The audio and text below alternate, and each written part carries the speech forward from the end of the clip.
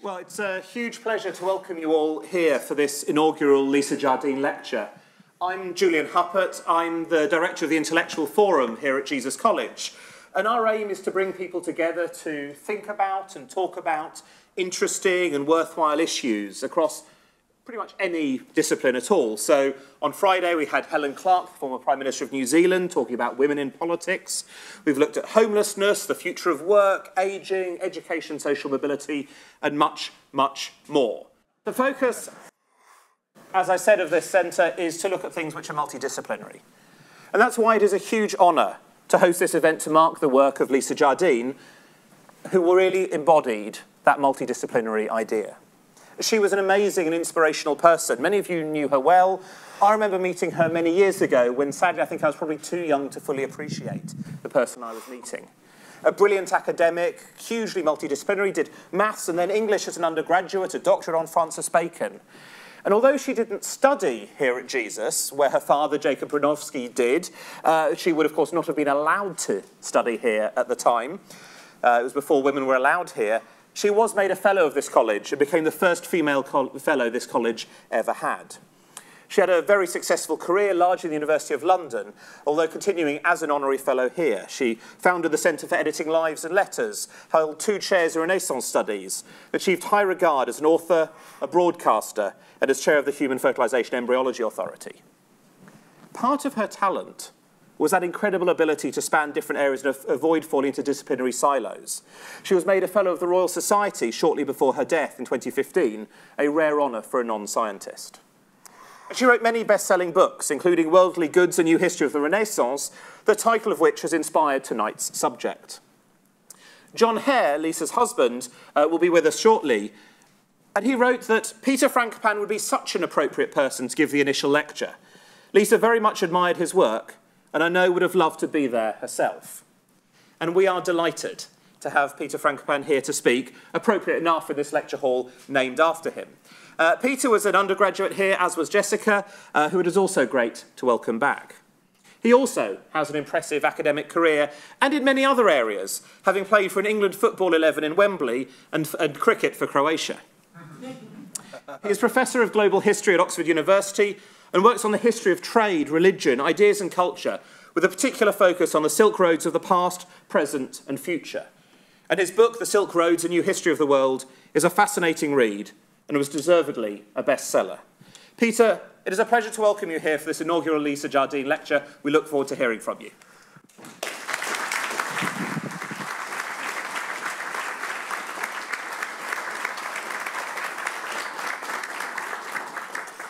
Great, gosh, thank you very much. I'm not sure my wife's going to be pleased about my sporting prowess being mentioned. Well, I'm incredibly honoured to be here and very humbled. And I think it's only right to start by saying that if there'd been no Lisa Jardine, I wouldn't be here this evening, my wife wouldn't be here this evening, and this hall wouldn't be here. So we have her to thank for everything. My wife met Lisa before I did. Lisa was inspirational, as you all know, but extremely generous as well. She was a family friend, and when Jessica, like most undergraduates apply here, was thinking about whether she should apply, what the risks were of not getting in, and so on, Lisa took her under her wing, showed her around the college, and convinced her not only to apply to Cambridge, but to apply to Jesus. And it's a direct result of the fact that my wife was at this college, that we're in this room this evening, and if it hadn't been for Lisa, it's probably true to say I wouldn't have been here. I wouldn't have applied to a male-only college. Lisa was the first female fellow, but women were only allowed into this college 5 years before I got here. So Jesus was a hugely important meeting point and the starting point for both of our careers and our life together, which started 27 years ago, amazingly. I met my wife at Jesus. We went to Clowns, which I'm afraid no longer is there, for coffee. And almost the first thing she said to me when I tried to show off that I was cleverer than I probably am, she asked me what I thought, and I wrote them down actually, there's a theme. She asked me what I thought about Clifford Geertz, Jack Goody, Ernest Gellner, and gender, 4 Gs. There you go, so 4G coverage she gave me, and I couldn't answer any of those. And So I have a lot to thank Jessica for, but I have a lot to thank Lisa for bringing us together. And because we met at Jesus, fell in love here, and I got to know Lisa as a friend, and we would often see her either at the V&A or somewhere. And she was not just to me and to my wife, to Jess, but to everybody she met, incredibly generous with her time, incredibly encouraging. She was funny, irreverent, brilliant. And she was the model of what a good scholar should be. Accurate, detailed, provocative, but also interested in sharing ideas. She was what a good scholar looks like. And those of us who are academics sometimes forget that we are not members of a priesthood who only talk to each other. Lisa was outgoing. She connected to specialists and non-specialists, which has risks to it. So the best compliment I could ever be paid is to come here and give a lecture in Lisa's name and honour. She was omnivorous. As Julian said, she didn't see boundaries between science or art or history or literature. And that's something which, again, we struggle with academically and as students upwards of stepping inside periods or inside disciplines, and staying inside boundaries. It takes great bravery, as I've learnt, to open up new subjects that you know nothing about. But Lisa was a model, equally at home, talking about the Dutch Golden Age through to Ottoman court politics, writing about tulips and taxation, and she never lost her eye for detail or watered down her scholarship. And she had a remarkable knack of hitting sweet spots, of asking the right kind of question. Lisa was someone who I think encouraged everybody to always think not what the right answer was, but what was the right question to be asking. So I have a great debt intellectually to her, personally to her, from my personal life and private life through to what I do academically, and it's a great honour to be here this evening as a result. So life has come full circle to be back here. I think it's the first lecture I've ever been asked to give at Jesus, so I don't know what took you so long, but there we go. But I know that lots of others will follow in her footsteps. Now, I'm going to talk. I was asked for a good title. So slightly, typically, I picked something which Lisa would have done too, slightly overambitious, talking about consumerism, the Renaissance, and trying to look at unworldly goods as a sort of contrast and spin to what Lisa wrote about. And the reason I chose worldly goods is it's one of Lisa's many masterpieces. But there's no coincidence that I chose this one. On the first page of the book, Lisa opens with a Sainsbury wing at the National Gallery, reminding how important the link is between commerce and patronage of the arts going hand in hand, and likewise between education and philanthropy and support for intellectual life. So you can see there are lots of different connections that go through that. Of all Lisa's many works that are passionate and perceptive and provocative, I think that Worldly Goods is the one that starts off as a firework of brilliance. Lisa opens with Crivelli's portrait of the Annunciation with Centenidius, and immediately talks of this as a picture that one can read, of course, as a work of sacred art, but actually as a classic piece of the Renaissance produced in the end of the 15th century, of seeing the energy and the vitality of the art, of course, but also the fact that this is nothing like the reality. This is Mary reading a book with an open book and wearing a beautiful green tunic, and all these goods, that doesn't point, but the goods on the shelf behind her. This is a classic work of art that, as Lisa says, explains a world which is interconnected. You see rugs from the Turkish world, ceramics from China, objects from all over the world, reminding us that this is an interconnected world where it was important not only to take account of long-distance trade, but to see this as a work that is saying something specific about worldly goods, about elite, about transmissions and exchange and so on. And Lisa very much tries to show the Renaissance through this book as one that is all about showing wealth and sophistication. Oh, here we go. Yes, I have got the slides. They're in slightly more brilliant colour. Mary reading in these kinds of very elaborate, expensive clothes rather than the simple woman that she was. And taking us through these sort of magnificent works of art, the Arnolfini portrait, where Giovanni Arnolfino is wearing his fur-lined clothes. But to Lisa, this is a work that shows the importance of possession, of a wife, of pets, of hangings, of tapestries, of mirrors, of wealth, this pride of ownership, acquisitions, and so on, marking out power. And the reading of the 15th century, late 15th century onwards, as one where this need to display is one that I'm afraid is not really light enough. This picture of Erasmus by Quintin Metzis, but you see around his neck here a merchant. He's portrayed as a merchant in merchant's clothing with a big purse around his neck, because Erasmus, I'm not going to say anything about the Fellows of Jesus College, was selling information. He was a scholar. His commodity may not have been commercial goods, but it was his knowledge. It was his learning. And for Lisa, this idea of trade underpinning scholarship, underpinning religion, underpinning politics is something that has a strong resonance in the work that I do and the things I'm interested in. Lisa made a note that in 1453, when the city of Constantinople fell, the capital of the great Byzantine Empire, I'm a Byzantine specialist, that all the cities, all the peoples, all of Christendom stood by as the great city fell to the Turks. And she asked Lisa, quite rightly, what kind of interruptions happened as a result to long-distance trade, the fall of the greatest city, the biggest city in Christendom, maybe not by population at that time, but had been for 1,000 years the center of the Christian world in Europe, politically and economically. That there's no interruption at all. You can't see any exchange, any form of gap. Dealing with people of different faiths is less important than dealing when it comes to money.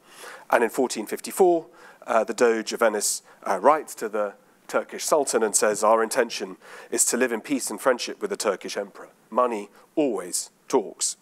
Venice had left Constantinople to one side. Venice is the spiritual daughter of Constantinople, had been founded with its buildings mirroring those of the imperial city, the Doge at the beginning, a subject of the emperor, and then Venice's muscles turning, as often happens, to rival that of its spiritual mother, spiritual city. So the significance of trade and the endless desire to own underpins these great works of art, underpins here in the Castle d'Aosta, the fresco depicting a shop with increasing commodities available in the Renaissance. And the importance, therefore, in a world where acquiring was key, of owning, of showing off, of demonstrating wealth, and of course of making money, was the laser-like gathering of information about where you could buy things, how much did they cost, how much you could sell them for, how do you marry supply and demand. And we know with the expeditions of Columbus across the Atlantic that the exercise was driven by the fact that the western part of Europe was at the wrong end of the great Silk Road trading networks. Spain and Portugal was much more expensive to get goods, whether they were through Venice or through Constantinople or Alexandria, and therefore the motivation and the intention for long-distance travelers and navigators to try to find new routes, taking enormous risks across oceans like the Atlantic, and then Vasco da Gama doing the same thing a few years later in 1497 and 1498, rounding the southern tip of Africa, where Vasco very quickly focuses only on what can be bought and where. Talking about the merchants of Mozambique and Southeast Africa, writing about the number of vessels in the harbour and the goods they were carrying, laden with gold, with silver, with cloves, pepper, ginger and spices, and also silver rings, pearls, jewels and rubies. This was the jackpot for Portuguese traders that followed him. That's built into the protection of knowledge, because protecting the routes, not letting your rivals have access to know where the best harbours were or the best markets were, was something that led to kings, particularly in Portugal, issuing death sentences on those who were willing to share maps with any commercial rivals, which of course made the maps even more valuable in their own right. And as a sign of the kinds of exercises that get done in school, the equivalents of Jesus College, you would have exercises like this, which I think probably all of you could answer with a pen and paper. This is from a book produced in Venice in the late 15th century. That seems to me not too complicated. Even I, well, not even I don't think I'd like to do that one. Even now, if £1,000 of paper is worth 80 ducats, 16 groszy and a quarter, how much does anybody read maths here? Or did anybody read maths? Does anyone want to have a go? You can work that out by the end of the lecture and I'll buy you a drink.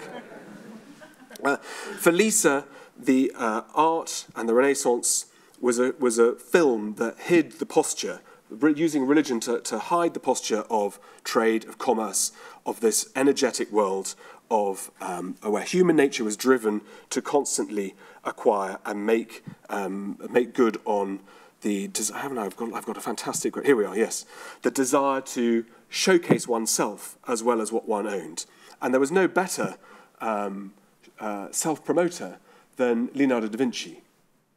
One of the great figures of the Renaissance, and in fact, Lisa absolutely zeroes in on the most important part of Leonardo, wasn't not that he was a genius, which clearly he was. It's the fact that he had to message to everybody that he was a genius.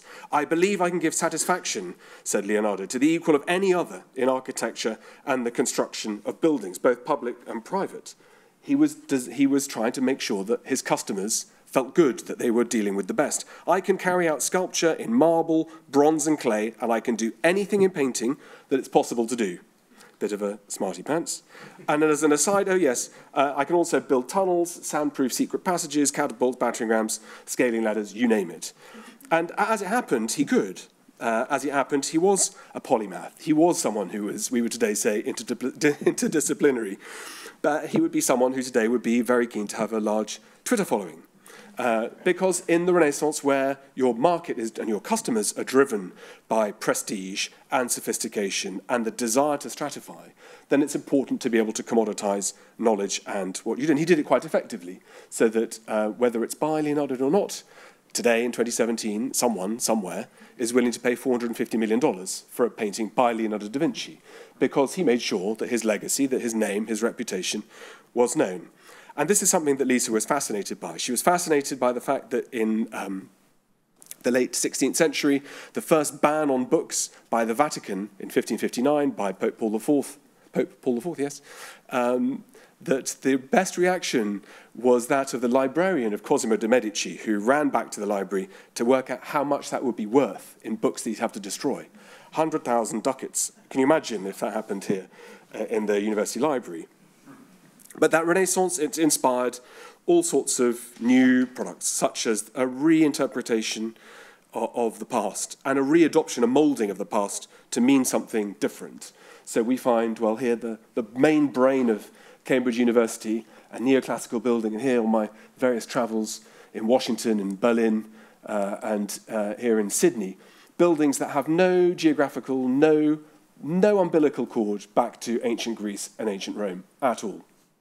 The adoption of a past that idealizes what it was that the classical world of antiquity meant, where Latin and Greek were prioritized in a Mediterranean that wanted to reinvent its own history, where control over the past became an important part of the present and the future. Charles V, who never managed to learn Latin, made sure that his son Philip II did. Or Edward VI, the son of Henry VIII, who would, all of you who are the students, I can see some up there, had to do exercises not entirely dissimilar to what you would do in a tutorial, where he had to write down, here's a wonderful essay plan saying you must begin with an introduction, as the tutors told me, use a range of classical examples to illustrate your case, and make sure that if you have a debate, you show what's both for and against. These kinds of ways in which the classical past was readopted and remoulded to give Europe a grandeur that made light of the fact that we historians don't call it the Dark Ages anymore, but from the fall of Rome in about 410. Some of my colleagues don't talk to each other because they think we should really use the date of 476. Others think it's to do with 376. Anyway, that's a different story. But for that next 1,000 years, until the late 15th century, there are works of philosophy and of art, there are political leaders, but Europe is, more or less, in a world bereft of these kinds of treasures, bereft of that kind of wealth and of those kinds of connections. After 1500, for the next 300 years, the next 3 centuries, we see an acceleration of trade, particularly with Asia, when the 300 years between 1500 and 1800, trade multiplies by 23 times. we start to find 250,000 tons of spices and shipments of goods being brought back by the year 1700 from Asia. Global change suddenly happens when Europe is connected into the global networks. Where that's different is that while we see Europe and Western Europe enter this golden age, the golden ages are nothing new for other parts of the world. Here, Gandharan art, blending Buddha with Heracles or Hercules, dating to the 2nd century BC, or here, similarly, art of Central Asia, blending the Hellenistic with traditional Buddhism. We find interconnected global trading networks that date back 2,000–3,000 years. It just so happens that Europe isn't really part of those. But that desire to acquire, that desire to showcase, that desire to stratify is something that is very different. It's not just a unique British or European experience, I should say. So we find Chinese writers who start to see that the connections with Europe and the galvanization of long-distance trade start to produce results that I think today people complain about with globalization too, or comment on with globalization. One Chinese writer in the early 1600s says, oh, when I was young, fashion used to change every 10 years. Now it's every 2 or 3. Today, now with Zara and collections made, you name it, fashions change every quarter or every 6 months. You find English writers like William Harrison writing in the 1570s and 1580s complaining about the fact that, well, people in England don't really wear English clothes anymore. What a shame, if only Brexit could have happened. Well, Brexit did happen maybe in the 16th century when we decided to leave a different set of trading networks too. What a shame that the English people don't wear English fabrics, and the export of capital giving other countries wealth made in England. Fashion, it said, had changed the world, and in fact had changed England to the point that women become men. Interesting from a gender point of view. There we go, someone complaining about that in the 16th century. So even gender, even the current issues that we think about with trans and so on, is something that has legacies if you look for them. That consumerism and those desires to own produce all sorts of reactions, particularly in Europe. The Puritans reacted very strongly to the growing sense of consumerism, the growing sense of the growing connections of global trades, and made their way towards America, where, as it happened on Thursday, the celebration of Thanksgiving was precisely a protest to what globalization meant in the 17th and 18th century. It was a reaction to the fact that you should fill your plate with as much as you could from anywhere in the world and eat it. It was about the simple life that the Puritans left to go and find a new world in North America. Karl Marx later also reacted to this, to the value of goods having numerical value put to them. So his views of Robinson Crusoe, that he made the goods with his own hands, and they had no value apart from what they were used for. But for Marx, when exchange becomes involved, then goods have a different value to what they are actually used for, which has inspired his idea that not just the means of production, but the control of the means of production is hugely important to stop the kind of emphasis on constant wheeler-dealering and of the petty bourgeoisie.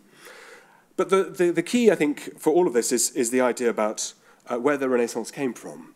Where did that energy that overwhelmed Europe, that produced these great works of art, the literature, the scholarship, the golden age of Europe, where did it come from? And I've tried to look into that myself and have written about how it seems that there is a significant change in living patterns and in spending habits and in consumer patterns in the late 14th century, particularly after the Black Death, where I think the plague has some enhanced role in convincing people when there are pandemics and mass casualties, and we see it in the 1920s with warfare as well, people stop using money in the same kinds of way. I'm still trying to work out how to quantify this, but there are clearly changes in Northern and Western Europe in particular about women entering the workforces, about the age at which women get married and therefore the family sizes, and that increase in productivity and its direct impact on the greater levels of disposable income that some of my colleagues have called this the industrious revolution. This is the pave way through to the Renaissance and through to the Industrial Revolution too. So that focus on acquisition, almost at any cost, eventually we find well-chosen examples, like Cortés or Cortés's men in the Americas in the 16th century, saying, we came here to serve God and the king, and also to get rich. Those extractions from the Americas in particular, which led to extermination of most of the native population in North America and to the collapse and destruction of the Aztec and the Inca empires and the expropriation of natural wealth, natural resources, and gold bullion and jewels back to Europe, put muscles on a world that was already becoming wealthier. That in turn provoked reactions with Bartolomé de las Casas, the great missionary to the Americas, appalled by the kinds of scenes that he saw through that desire to enrich and to own and to acquire. And sometimes we can forget, with these glorious works of art of the Renaissance, to detach them from their global settings. Who is it who's actually paying for those? And of course to that we add slavery in Africa and other parts of the world where, in India, for example, or South Asia, those who arrive initially as traders turn in due course into conquerors. Those experiences where, in the East India Company by the 1700s, there's an ability to allow perhaps as many as 30 million to starve to death in Bengal because so much money is being extracted out of South Asia back to fill European stately homes and their owners, and likewise the fueling of the opium trade in China. These are things that have a very particular resonance in other parts of the world where when we talk about the Renaissance, the first thoughts don't necessarily go towards the works of art hanging in the Louvre and the British Museum and the National Gallery, but to a context which is much more global than that. So the problem is, I think, how to separate these treasures. How do we try to understand this golden age? You can see why I'm more willing to call it unworldly goods, trying to understand where these treasures all came from. And it seems to me if I've got two vaguely interesting things to say. One is to warn of the danger of seeing the Renaissance as a uniquely European experience, or as having a particular or singular significance in its own right, because everywhere I look in other parts of the world, I see Renaissances that don't get papers taught on them at Oxford and Cambridge or any other university, that don't get books written about them that become bestsellers. No one writes about the Renaissances in the Abbasid world of Damascus and Samarra, or here, Qasr Amra in what's now Jordan, or even cities like this. This is the Ice House in Merv, a city that had a population of 1 million people at a time when the biggest city in Western Europe had maybe 15,000. No one thinks and talks about Renaissances of how the Islamic world tried to make sense of the Persian pre-Islamic past.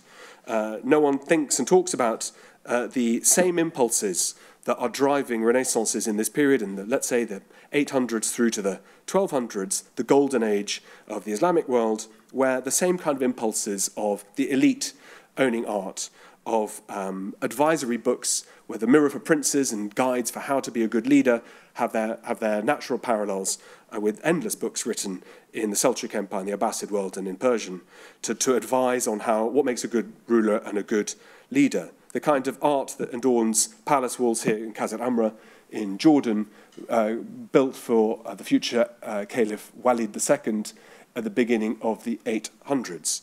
The way in which art and commerce and trade inspire people to try and work out how the new rich should behave. And in those days, the new rich were given, had advice books on how to host a good dinner party, the kind of things that make excellent stocking fillers for Christmas time. You make sure that there's rose water when your guests arrive. Make sure that those, when they're eating, that they've been offered seconds, because it's awful to leave a dinner party when you've got an empty stomach. And above all, don't go on and on and on about things you think are interesting at dinner, because it'll drive people up the wall. Quite useful advice. We don't think too much about the scientific revolutions here. It just so happens the sequences of the moon by al-Biruni, but the great philosophical advances of Ibn Sina, the interpreter of Aristotle, the work done on optics by al-Haytham, or in the sciences, in the medical sciences, in mathematics and so on at this time. We think of Leonardo as a great multitasker, but we don't think about the works done on irrigation that opens up large parts of Khuzestan, of Iraq, and the Iranian plateau, because in these parts of the world it becomes very cold in the winter and extremely hot in the summer, and water is the prize and principal commodity. these kinds of ideas, I think, about different Renaissances are hugely important in trying to re-anchor our concepts of what history means, not just global history, but what history itself means. So we don't think here, for example, this is a elite woman's tomb in Tang Dynasty China, dating from the 8th century. She was buried with her favoured possessions, the kinds of things that a Renaissance woman might have had 1,000 years later. We find the same kinds of stories here from Panji Kent in Central Asia, Sogdian art, decorating a merchant's house who was obviously highly successful. The Sogdians were the kind of oil in the machine of early Silk Road trade. We find letters dating to the 300s, 350s, recording exactly the kinds of material being gathered in Venice or Portugal more than 1,000 years later, talking about how much things cost, how do you marry supply and demand. We don't think about the goods that are circulated and are highly valued here, for example, a shipment of ceramics on its way probably to the Gulf, being shipped from China that sunk off Indonesia, a single shipment carrying 70,000 ceramics dating to the 10th century. And of course, the same kinds of things that we see with the Renaissance in Europe, of technological change. In China, for example, we find kilns that are constantly improved to allow more and more pieces to be fired at the same on the same occasion. There's one kiln in China that can produce 15,000 pieces of earthenware in one firing. Talk of a world that is intensely globalized, intensely connected. It just so happens that Western Europe, in particular, is irrelevant in these trade networks because they're too far away, it's too expensive. But even the eastern part of Europe, the Byzantine world that I first came across here when I was a student at Cambridge, it's completely passed over in silence. The Macedonian Renaissance, as it's so called, in the 10th century, these kinds of exquisitely beautiful works of art, as it happens now, all in the treasury in Venice, stolen, ransacked in 1204. But you find, as a sign of the global connections that I'm talking about here, a Byzantine silk pillow cover discovered in a tomb in Japan. This dates to probably the 8th century. These kind of long-distance, multi-connected worlds are ones that we have no space for in our conceptions of Renaissances. We don't ask the same kinds of questions that we might usefully ask, and nor likewise do we use these to ask different and more interesting questions, perhaps about what our own European Renaissance means. So my list could go on and on here, as it happens in Tamil Nadu in southern India, the world, the Chola Empire, highly connected into Southeastern Asia in terms of what it does. Likewise, the Khmer, which everyone will know, Angkor Wat, but trying to see how these stable empires are able to connect in worlds that are highly acquisitive, where stratification, where elites, where genders, where representations, where art, where power, where wealth, sophistication, likewise, have all these kinds of meanings that we ignore because we over-prioritize our own European golden age. Here, this is the city plan for Xi'an, the old Chinese imperial capital, that had a population, well, we can argue, some think it's 1.2 million, some think it's around about 1 million, again, at a time where Europeans didn't live in cities, they lived in castles. We see the transmission of religious art and iconography across large distances. Here, these happen to be Buddhas from Afghanistan. This is before the Taliban blew up the Bamyan statues in 2001. But then we see from Dunhuang, the caves in Western China, and Luoyang, these giant statues of the Buddha, showing the way in which you can recognize similarities when you travel. And that's hugely important in the way in which we exchange, borrow, and learn. Or in the Ellora caves just off Mumbai, Jain and Hindu art sitting side by side. The acquisitions and the ideas of transmission of earthenware from China, from Iraq, from Iran, the similarities in styles, the desire, and the constant repetition in the sources of buyers trying to find the best things that they could. Here, a Sasanian plate on the right-hand side from pre-Islamic Persia, and the ideas about what makes a gentleman, the Renaissance of how to adopt different kinds of habits and what was acceptable to blend in to the new world rather than to forget into the old. And then, of course, my own personal favourite, instead of Vasco da Gama and his ships, or today's big container ships, camels. Camels are extremely angry, and camel riders even more angry, looking like he's having a punch-up on the right, and here to show he's not the only one, a particularly grumpy Sogdian, and I don't have any silk baguettes on here, but the transmission of elite goods is hugely important. So we forget that there's a world that exists outside our own European world. We forget that at the same time as the European Renaissance was happening, we find the Songhai Empire in sub-Saharan Africa, where we learn he's called Leo Africanus in European texts, but explains that the most favoured and the best paid people in the whole of the empire were the scholars, where the most expensive single items in Timbuktu were books and knowledge. But when we disconnect our own glorious golden Renaissance from those outside, it appears to me both dangerous to positively affirm our Eurocentric view of the world, but also it seems to me entirely dangerous to place the Renaissance within its own isolation anyway. This idea of Europe as being the centre of the world, reinventing a past in its own image and its own need, and never stopping to think about a woman whose tomb I've been looking at in Turfan in Western China, along the Silk Roads dating to the year 543, who lists alongside, there's a funerary list of what she had buried alongside her, all of her most precious items, red cloak with velvet on it, a pair of boots for wearing for posh occasions, the kind of exotic and precious things that really meant a lot. And it's a very, very extensive list. This decision to acquire, or this drive to acquire and own goods, is not something that has its own heart in Europe. And in fact, even the patronage element of trade, of political power, and of arts, well, read the account of Timur, the great Tamerlane, Timur, the great Central Asian emperor, taking away from him from Damascus in 1400 and 1401, the people he wanted to protect and bring back to his own capital in Samarkand were weavers, tailors, gem setters, carpenters, specialists who made head coverings, farriers, painters, bowmakers. That drive to acquire, to own, to stratify exists across every empire, across every state, across every period, every time. So in that, I think, lies the question of how does one try to understand the European Renaissance and these worldly goods in a proper context? Because it would seem to me that we give a primacy, of course, because we are all Europeans, at least for another 18 months, but also because that age of Europe is much more immediate and much more relevant, or it seems to be. 100 years ago, well, 1914, actually, almost every country in Europe had an empire. Even Belgium in 1914 had enormous possessions in Africa. So these seem to us more important, more relevant, the European Golden Age, than the Golden Ages of the Byzantine Empire, or the Ottomans, or the Mongols, or the Srijavaya, or the Chola, or the Khmer, or the Sung.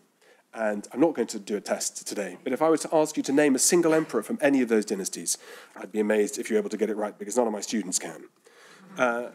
This, I think, skews how we look at the past and how we look at our world. One of the big driving questions, therefore, prompted by Lisa's work, is how do we try to understand the strength of that hunger in Europe? Because it seems to me that it's different what happens in Europe when this Renaissance gets going and the ability to acquire suddenly heightens. China never became a maritime empire. So we find accounts, for example, in 1411, Ma Huan, one of the Chinese travelers who visits Sri Lanka and says, look, there are so many rubies and emeralds here that everybody says that they're the tears of the Buddha, that every time it rains, they're just washed off the sides of mountains. So why was it that the Chinese didn't conquer? Why did they not become imperialists outside the frontiers of what's now modern China? Why did other empires perhaps find it easier to reconcile a specific set of territories without pushing? What made Europe so much more dangerous as an acquisitive power? What made our population here so much more fractious and so much more fragile?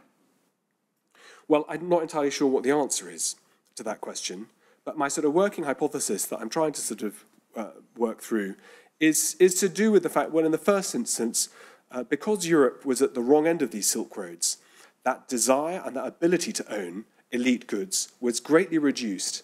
And as a result of that, the pressures for stratification were much more intense.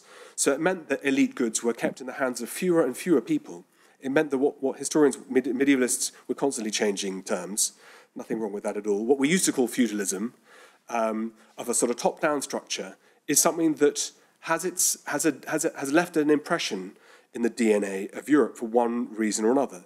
the desire to control wealth means that we have produced in Europe highly unequal societies, ones that are much more fragile and much more unstable than in other parts, for example, of Asia, where Kazakhstan is bigger than almost all of Europe put together, where the great carpet of tapestry of countries, which had once, 100 years ago, gone from the Ottoman world through the Persian or Safavid Empire through South Asia into China, were ones that were much more aligned, much more able to cooperate with each other, despite various flashpoints. But in Europe, from 1350 until 1950, there wasn't a decade that didn't involve a European military conflict. Brexit, the kinds of things we're seeing today, are born of the fact that we are intensely fragile. We are, for whatever reason, keener to shoot first and then ask questions second. And I'm not here to talk about the modern world or about Brexit. But having said that, from 1500, there were 500 political units in Europe. And it's extraordinary in a continent so small as ours. Why was it that we fortified ourselves in the way we did? Why did we find a way to compete in a way that ultimately includes slavery and enslaving populations across the world? How did that lead us to sanction and allow famine that killed millions to happen? How did it allow us to turn a blind eye to these kinds of questions? What is it that made Europe so ultra-competitive over history? Because that seems to be one of the downsides of the glorious art that has been produced. It seems to me one of the other answers is to do with something seemed much more dull, but to do with urbanization. And by and large, when one looks at the Silk Road networks, at South Asia, at China, we see sophisticated societies coming together into urban conglomerates. For example, Xi'an, Kaifeng, we look at Baghdad, Nishapur, Merv, some of these cities I mentioned this evening, where Constantinople, of course, too, you see large numbers of populations working out how to exchange more regularly. And that frequency of the velocity of exchange seems to me to be very helpful in depressuring the desire constantly to acquire. But for whatever reason it is, our Renaissance, which borrows very heavily on these Silk Roads that I tried to write about, the Henin, drawn from Mongol fashions, all these wonderful works of art that are made literally with pigments and produce made that come from Central Asia, this wonderful ultramarine blue that's made from crushed lapis that's then washed out, and the high color, this is slightly not as good a color as in the original here in Florence.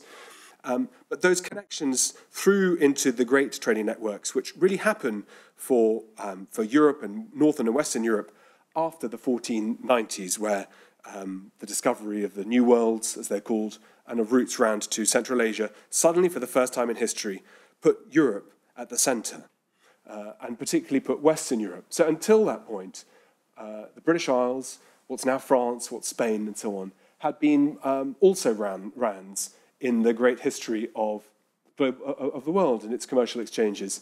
There was a shift almost immediately. We find sources in Venice that I know some scholars here this evening have written extensively about the immediate reaction in Venice to news of discovery of trade routes through, particularly to India and to China. There was an immediate realization that goods could be shipped quicker and cheaper and in larger volumes overseas, and that would fundamentally recalibrate what it is that Europe looks like. So I think that to conclude, works of art and the worldly goods is the nicest possible way one could look at the productivity and the production and the artistic legacy that we have here in Europe. There are different ways, I think, of trying to understand that past.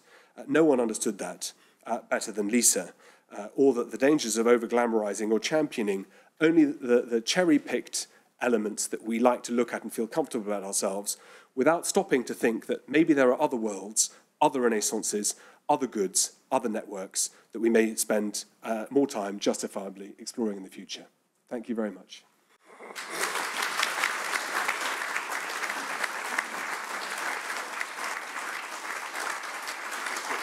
Thank you. I mean, that was fascinating. A really interesting range of different subjects. Lots of things I'd love to pick up more, and a real challenge certainly to the sort of history that I learnt at school, which was essentially that Greece begat Rome, and then there was a bit of a gap, and then there was the British Empire. there were apparently some other things happening in the rest of the world. And it was really nice to hear that, and that comparison between the worldly and the unworldly, I think was really fantastic. So thank you very much. And we do have time for questions. I'm sure there are lots of people here with questions or comments. If you could raise your hand, and one of the lovely people with a microphone will come to you. I think we have microphones downstairs and upstairs. You can pick people, or I can pick people. Which would you? I can yeah. Yeah, go ahead. But if we can wait for the microphone, yeah. We do need to wait for the microphone so the sound will be captured. Thank you so much. I was curious about your perspective of particularly Kievan Rus and what was going on at that time from the kind of East-West perspective, because there are endless stacks of literature written about this sort of tension between that identity of where Kievan Rus and then later Russia belonged, and how much of this sort of, or what you were talking about at the latter part on the imperialist tendencies versus the luxury. And I don't know how familiar you are with the Primary Chronicle, but the fact that their decision to Christianize was so based on kind of aesthetics and the glory of Byzantine beauty and gold and all of that sort of thing. And I was curious about your perspective. Well, never trust a written source, and never trust a written source written by the Russian Primary Chronicle.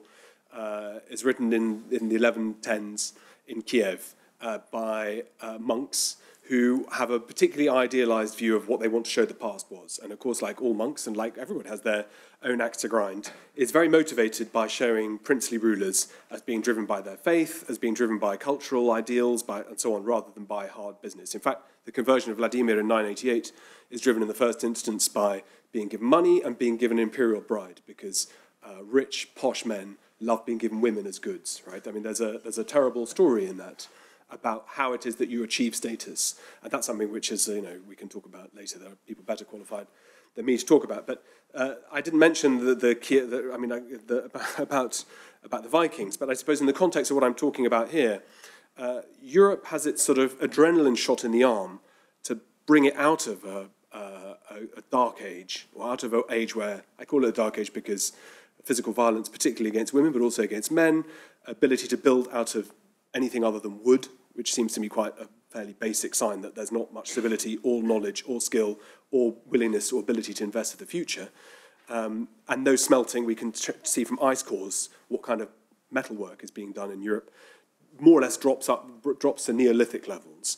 But from about the year 800, Scandinavian traders, we call the Vikings, the thick, boring ones head for Cambridge. Not anymore, obviously. But the ambitious, punchy, aggressive ones went east to connect into these trading networks. And they had very little that they could sell into the markets in Baghdad. I mean, long distance, high-value trade. And the Vikings, we learn from the Primary Chronicle and from other sources, are selling falcons, which is a bit tricky. On Etihad, if you travel on Etihad in economy class, you're allowed to take one falcon. One bird of prey, I beg your pardon. In business class, you're allowed to take 2 birds of prey. And our younger son said to me, what about first class? And I said, you shouldn't know that there's something called first class at your age. But the Vikings and the Rus, as they're called in the sources, they figure that there is something which is a commodity we do have a lot of in Europe, and that's women and children in particular. And we find lots of slave-buying guides written in Persian, in Arabic, in Turkic, about how to buy slaves, about what they're used for, about how do you tell a good one from a bad one. And the scale of that traffic, we have a project in Oxford called Dirhams for Slaves, is absolutely immense. And it's immense so much so that some of the great cities in Europe today are formed as being slave trading centres. So Dublin, Mainz, Utrecht, Prague, and above all Venice, they grow because they are human traffic centres. And the legacy that leaves in Europe today, I'm sure you maybe know that, if you read my book anyway, but the word ciao in Italian is from Venetian slang of schiavo, I'm your slave. The Pope constantly tries to stop the Venetians selling slaves and selling Christians into slavery. And the Venetians, they keep saying yes and then keep selling Christians into slavery. And eventually, through the fluke of historical accidents, the people who have not been Christianized in Europe, which is by and large Central Eastern Europe, are then fair game. And their name, Slavs, is where we get the word slave from. So when we talk about the Slavonic world or the Slavic world, we don't even realize This is a world that has a history which connects in a different way to how we think. And we can measure it, you know, like I said, don't trust the sources, written sources. We have silver coins, which we can, you know, through statistical analysis, we can see what sort of scale that trafficking is going in. And it's the current models for silver pieces come from Central Asia and Baghdad. We think, I'm a sort of semi-numismatist, but the people who are working on this, we think that scale of silver deposited and traded up towards Scandinavia is not measured in hundreds of thousands or millions, or possibly not even tens of millions of pieces, but even more than that. And although we're not exactly sure how much a slave costs, that willingness to sell women and children to enrich ourselves so that we can own actually it's fundamental to that idea that the Renaissance is not exceptional, and in some ways is not even perhaps very interesting. It's not unusual. It just shows actually that Western Europe is becoming richer, and this is how wealth propagates itself. This is how wealth learns. This is how it tries to show its material trappings. And the scale of silver that comes into Scandinavia probably is what gets Europe into what's now called the Middle Ages, because suddenly the galvanization of precious metal. We see kings in Wales minting coins with Arabic legends on them, not very good ones, but there is a sort of reconnection of Europe directly as a result of what's happening in other parts of the world. And again, it's a topic that doesn't get discussed or mentioned. So, Julian said it. Rome and Greece, we all do that. We did Henry VIII several times, and then it's all about Western Europe. And I sometimes ask that when I give a talk, and I say, can anybody name me a single Russian contemporary artist or single Chinese film star, anything in the modern world? And sometimes they'll look at me and say, that's a bit unfair, I'm not really interested in popular culture. And you go, well, can you name me a single Chinese, can anyone in this room name me, just put your hand up, a single Chinese emperor? No, don't shout because you lose. So I didn't hear you. So, there we go, or a single caliph. And the fact that here in Cambridge, a global centre of learning, I don't mean you, but one could be highly critical of the insularity of how we see the world and of that over-prioritization of a topic that has reinvented the past anyway to self-serve, right? So I think there is something acutely interesting in that. And in fact, I saw John's just arrived. I spoke to Lisa a month before she died, and she'd read my book, and I know she'd been ill, and she rang me to warn me about what would happen, and said, look, be in the public eye, you're going to get attacked, there'll be flak, it'll be difficult, and so on. And she was more than anybody I've ever met understood that this world of how we look at it is completely skewed and flawed, and that's why she was one of the few scholars who was writing about the Ottoman world, about Persia, about how Europe fitted into a much bigger picture rather than a self-serving sort of little circle that looks to me more like maybe mythology is too strong, but it seems to me so lopsided to the point of it being completely distorting and ultimately disingenuous.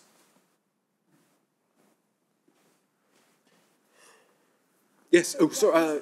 Sorry. You're waiting for me. I like that. I don't normally get asked for. Yeah.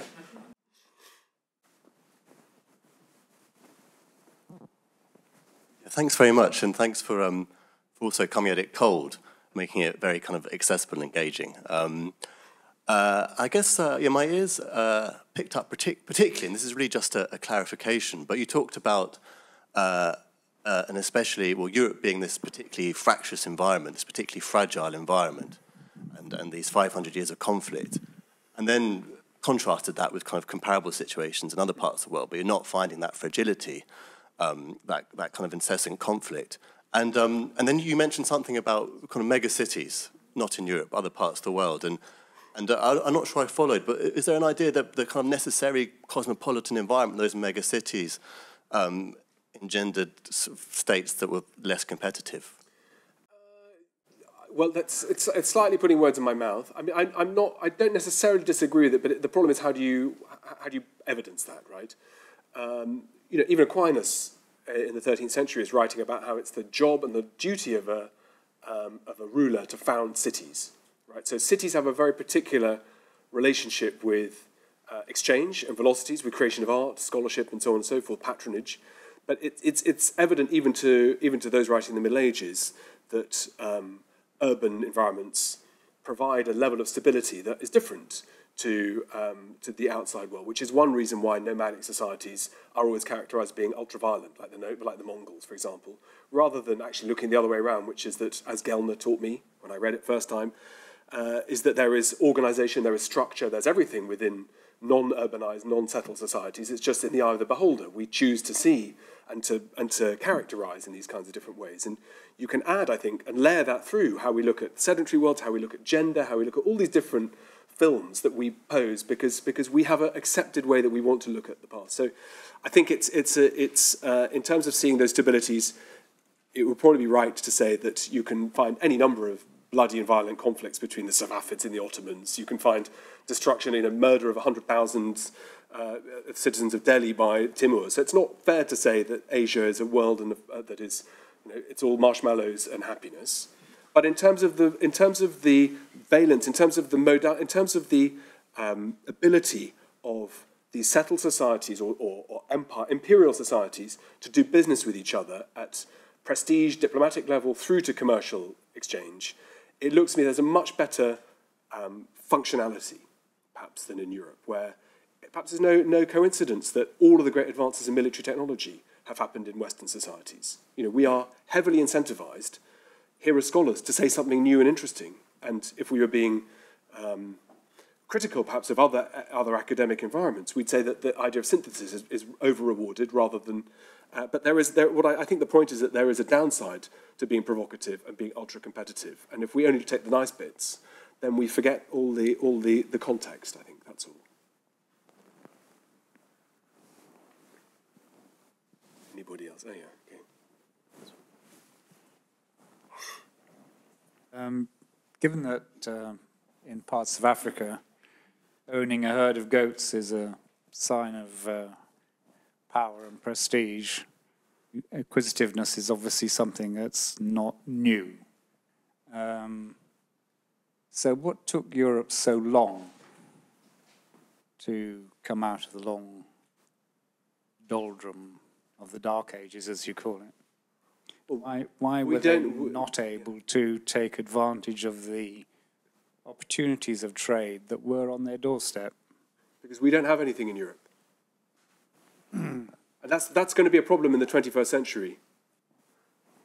We can grow crops in Europe like we could 2,000 years ago, but there's no gold, there's almost no silver, little bits of tin, coal, is out.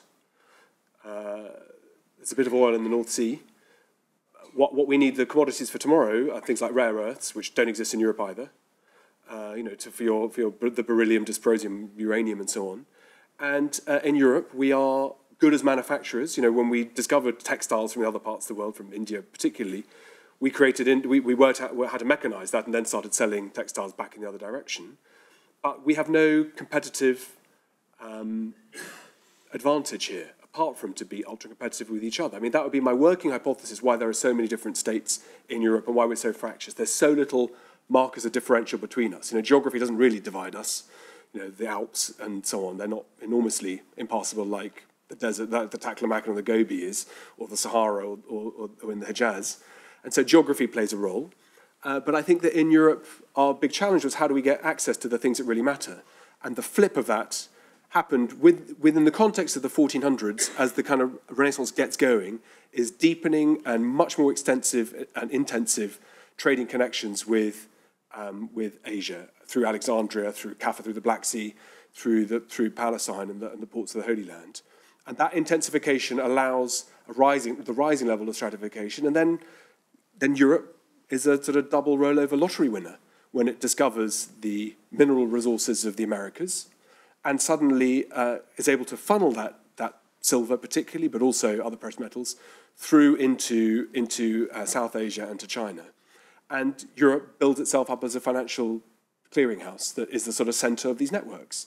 And arguably in the world of the future, and I've got no skills at all looking forwards, but you would build any empire or any kind of state based on what your competitive advantage is. And it seems to me here, like in the Dark Ages, we have men and women and children, we can work hard, but actually if you don't own things that other people want, matching supply and demand is fundamental, and it becomes very hard in a global world to keep up with that. That's what we're learning in the early 21st century too. So I think the reason why Europe took so long was that we forget that Rome was made into an empire, literally through its conquest of Egypt.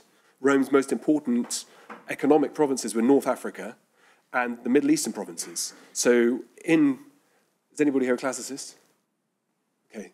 Yes, okay, so in 410, I'd say 410. Don't attack me, let's not talk about that one. 410, when Rome itself is sacked.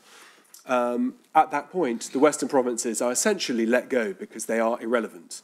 The main brain of the Roman Empire already exists, a parallel brain exists in Constantinople, and that then continues to flourish for 1,000 years.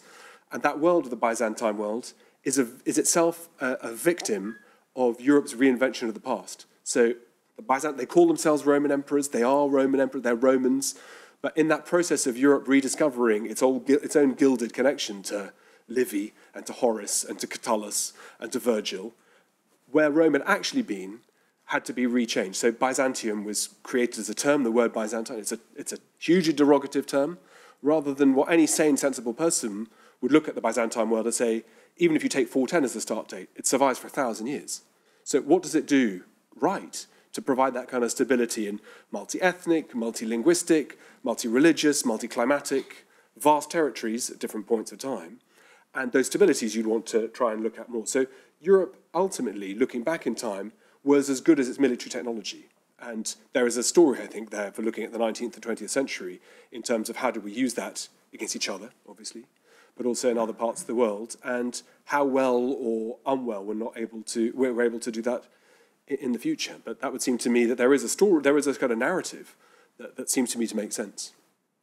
I think we have time for one more. I think there was one over there. Thank you, Peter. And it was very interesting to see how you linked trade with consumerism, which brought us to Renaissance. How does that's what Lisa does. I'm in her footsteps. How does that link with the Enlightenment, where we have seen the growth of knowledge, the move away from magic and witchcraft to knowledge and natural philosophy? In what sense? Well, is there a link? And was it the Renaissance that allowed us to move towards a much deeper understanding of how things work? So it's a very good question. The first page of Worldly Goods, Lisa talks about the link of commerce and commercial success with the patronage of the arts and the patronage of scholarship. And what happens if you're able to be philanthropic is if you're able to, you fund both. And the funding of the Enlightenment, like the reason why Jesus College flourishes today, why this hall is here today, is to be able to convince those who are able to help to provide nourishment for scholars and so on. This is why people get prayed for. The donors get prayed for here in chapel. I'm just checking, yeah. Just checking, yeah. I think that there is a natural link that you kneecap. You open the doors. Scholarship blossoms when you incentivize people to study, and you can do that by providing a roof over their head and the materials they need to work. And in the Enlightenment today, the Enlightenment of the past, in terms of framing that in the early 21st century, the laboratories in Cambridge, they're trying to raise at the moment £2 billion for the current endowment campaign.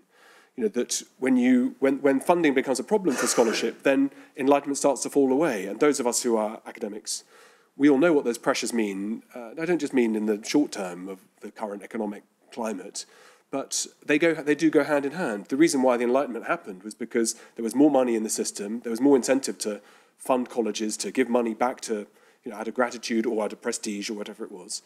And that's the same impulse that drives today. But in the world I see around me, the kinds of centres of excellence that are rising with unlimited funding are in the Gulf and in China and whatever. And Cambridge particularly, and this wonderful college, has to work very hard to explain the relevance of the kinds of scholarship that it produces. And again, it is a homage to Lisa, but she was, both for science and for arts, was a public face who was prepared to go in front of the cameras, in front of the guns, and to explain why humanities matter. And I don't want to speak out of turn, but at all the fundraising events that I go to for Cambridge, we get constantly shown people who are curing cancer and wonderful things, but humanities are starting to become less relevant even within university context because they seem less relevant. And we as historians, as scholars of literature, the arts, need to be explaining why what we do, or gender, whatever it is, why what we do is important, why it's relevant, and why it goes hand in hand with the sciences rather than it's one or the other. So I don't want to have any challenge to scientific funding, but we need to work harder, I think, to explain what we do is important. And some of these things I'm talking about, I think, are so self-evident about how we see the world, particularly in an increasingly globalized world where everybody around the planet knows the name of Leonardo da Vinci, but no one can name a Chinese painter or Chinese scientist, or we think that mathematics in Cambridge is better than anywhere else in the world. That world is changing. When you look at Harvard and Yale, our competitors who 300 years didn't exist. So, there is I think, a way of trying to see enlightenment set within the world of commerce, of long-distance global exchange, and with the pressures that then come when the sun starts to set. And that world that Lisa evokes of one, which is this mythical golden age, first you need to strip away the fact that it's mythical. It sits within a context of many other renaissances. But that golden age, it would seem to me that the sun is inexorably setting. How fast, I can't tell you. But, it would seem to me improbable that the next 300 years will be as glorious for Europe as the last 300. And on that not quite so positive note, thank you very much for a really fantastic lecture.